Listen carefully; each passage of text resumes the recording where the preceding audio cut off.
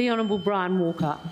Thank you, President, and thank you, Honourable Sandra Carr, for bringing forward a wonderful motion, which I can heartily agree. I'm sure we're all well aware of the issues. Food security, it's on the one hand, we've got the national issues, and as a national producer, exporter of food, that's wonderful.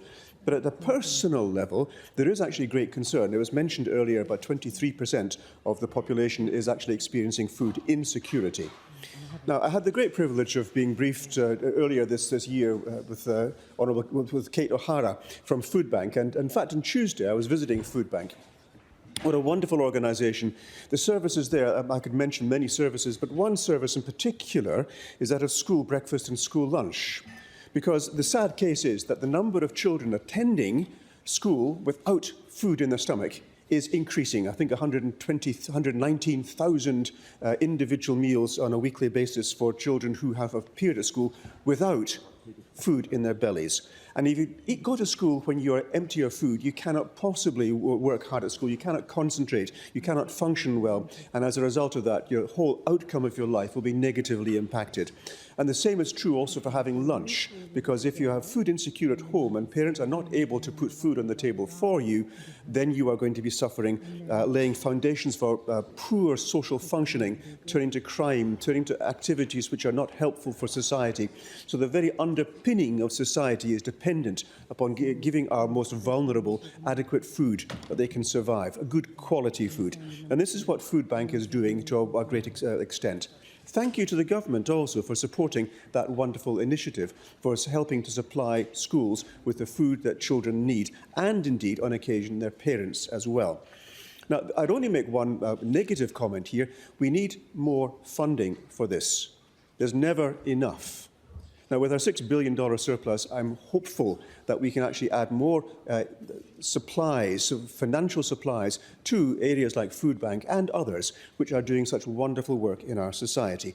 Because there is hunger in our community and there is fear in our community, quite apart from the shame of those who have previously never required assistance, but now need to hold the hand out and say, please, we are in fear of not having enough food to feed ourselves and our children.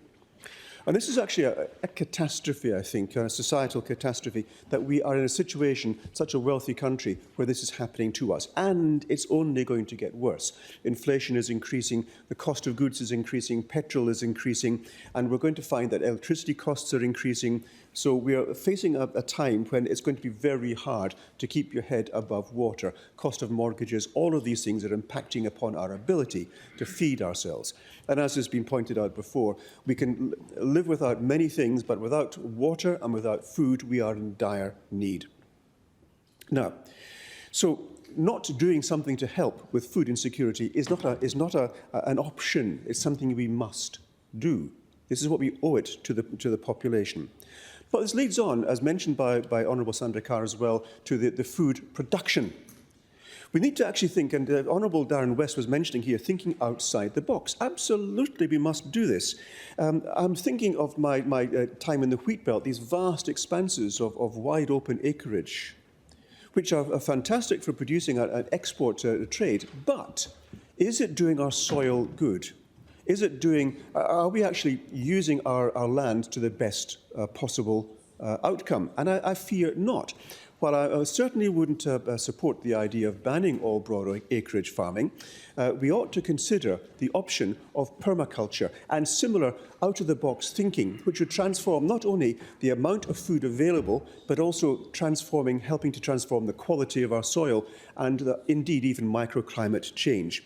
So working at this would be a fantastic idea, using our farmers and their wonderful skills for developing new approaches to managing our agriculture. In fact, yesterday I was dining with a colleague from China who is very much involved in innovative approaches to managing farming conditions in areas which are barely arable in the north of China, and the wonderful success they're having here. Can we import that knowledge into our country? Can we import those machines into our country? Why don't we think about this? And I'm hopeful that we can actually work with organisations which would have an open mind and look at this with new eyes, to think outside the box to improve upon the already wonderful scientific approach that our farmers take to farming.